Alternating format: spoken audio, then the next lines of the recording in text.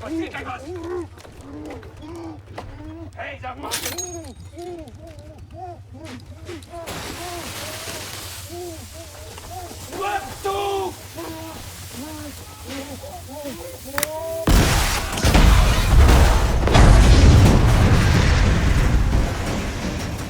कहानी 1940 के दशक में घटित होती है, जहां डी डे की पूर्व संध्या पर पैराट्रूपर्स की एक टीम, जो ज्यादातर एकीकृत इंटीग्रेटेड यूनिट है, को एक जर्मन रेडियो जैमिंग टावर को नष्ट करने के लिए भेजा जाता है, जो एक पुराने चर्च में स्थित है।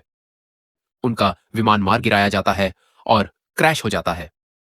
इस हादसे और नाजियों के हमलों में स्क्वाड लीडर सार्जेंट रेंसिन सहित ज्यादातर सैनिक मारे जाते हैं। केवल 4 लोग बचते हैं: corporal Ford, PFC Boyce, PFC Tibbett और प्राइवेट चेज। टीम को एक स्थानीय युवती क्लॉय मिलती है, जो उन्हें अपने घर में शरण देती है। क्लॉय अपने 8 वर्षीय भाई पॉल और अपनी चाची के साथ रहती है, जिनका चेहरा चर्च में हो रहे नाजी प्रयोगों के कारण बुरी तरह बिगड़ चुका है। जब टिब्बेट और चेज रेंडेजवस पॉइंट मिलने की जगह की जांच करने जाते हैं, तब एसएस ऑफिसर वॉफनर की अगुवाई में एक नाजी गश्ती दल क्लॉय के घर आता है। वॉफनर क्लॉय को बलात्कार की धमकी देता है और कहता है कि उसके भाई पॉल को चर्च भेज देगा ठीक करने के लिए। इसी बीच बॉयस हस्तक्षेप करता है और फोर्ड को वॉफनर को पकड़ना पड़ता है। बॉयस टिब्बेट और चेज को खोजने निकलता है, पर रास्ते में जर्मनों को गांव वालों को जलाते हुए देखता है। वह लाशों से भरे ट्रक में छिपकर चर्च में घुसता है। वहां उसे एक गुप्त अंडरग्राउंड बेस दिखता है, जहां जर्मन सैनिक एक काली टार जैसी चीज से एक सीरम बना रहे होते हैं और इंसानों पर प्रयोग कर रहे होते हैं। बॉयज वहां से एक सिरिंज चुरा लेता है और अपनी टीम के सदस्य रोसेनफेल्ड को छुड़ा लेता है। दोनों सीवर के रास्ते भागकर क्लोई के घर लौटते हैं, जहां टिब्बेट और चेज पहले से लौट चुके होते हैं। फोर्ड वॉफनर से पूछताछ करता है, लेकिन वह कुछ नहीं बताता। तभी वॉफनर भागने की कोशिश करता है और चेज को गोली मार देता है।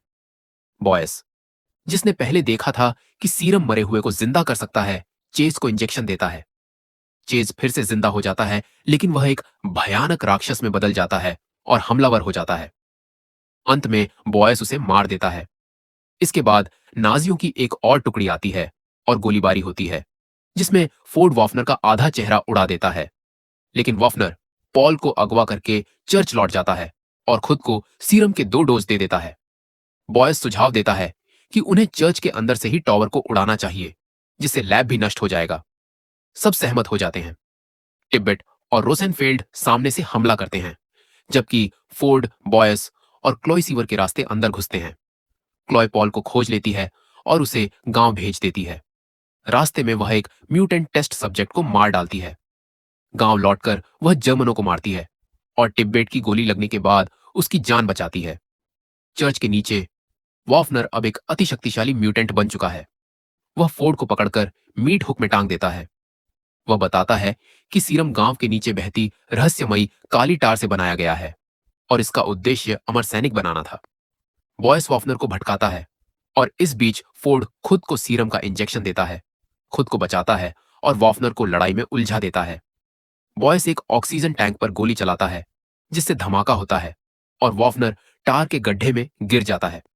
फोर्ड, जो अब खुद सीरम का प्रभाव झेल रहा है, बॉयस से कहता है कि उसे वहीं छोड़ दे और विस्फोट कर दे, ताकि यह तकनीक किसी के हाथ न लगे। बॉयस विस्फोट करता है और समय रहते बाहर निकल आता है। चर्च और टावर नष्ट हो जाते हैं।